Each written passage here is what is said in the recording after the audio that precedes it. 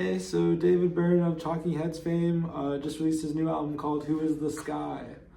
And it also has Ghost Train Orchestra on every single track. I just heard of this band yesterday. So, I don't know anything about them, but they did some really great instrumentals if that's what they did on this album. The instrumentals are fantastic, very enjoyable, very great. I will say this is a little hard of a listen. David Byrne's voice isn't the easiest to digest, but I still feel like he pulls off some great pop songwriting on here, and he makes you think of unique things in each listen, on each track.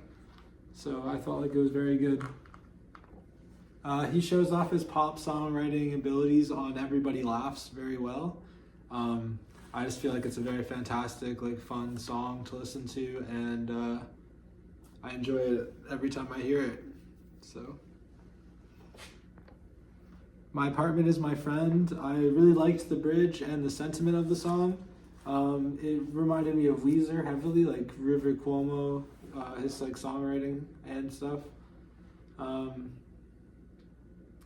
Yeah, I loved the sentiment of the song. I thought it was a real one, especially since he told me he told Zane Lowe that he wrote it during COVID and stuff. And I guess you would really get to know the place that you live in very well during a time where you're so isolated and stuck at home 24/7 for 2 years. So, Door Called No was an interesting tale. I feel like maybe it turned to a yes door too easily. He finds love and then everything is yes. I feel like life isn't that simple. But God, I wish it was, and I like that it worked out so well for the main character in this story. What Is the Reason For It has Hayley Williams on it.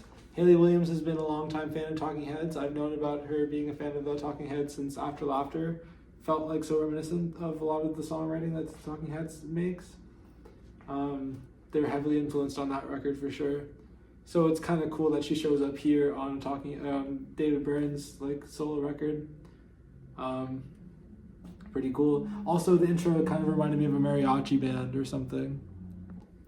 I Met the Buddha was an alright tale. I feel like he didn't meet the real Buddha. I feel like the Buddha would never give up being Buddha and enlightenment and all that stuff. Kind of reminded me of David Bowie for some reason. I wrote that down. The Avant-Garde I really liked. I thought that was a really interesting sounding song with interesting lyrics and I don't know, he really takes the audience on a journey on this one. Moisturizing thing felt very anti-aging, it's kind of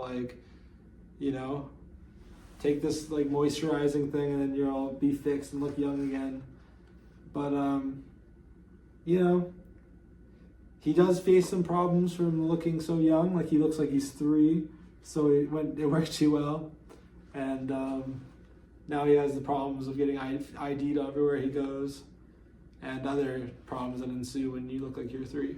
So, She Explains Things to Me is a song for he says it explains the autistic experience really well. He self-diagnosed himself as autistic in his 60s. I just found it out through Genius, listening to the song.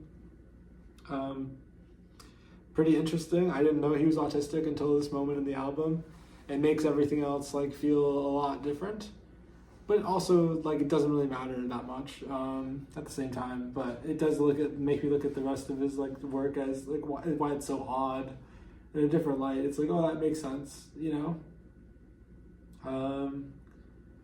I felt like this song was really good. It reminded me of my girlfriend, so and how she explains stuff to me.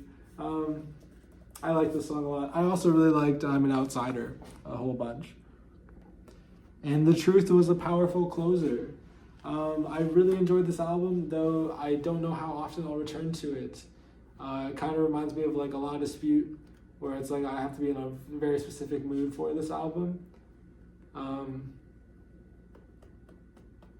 I'm thinking a 7.5 on this record. Have a great day.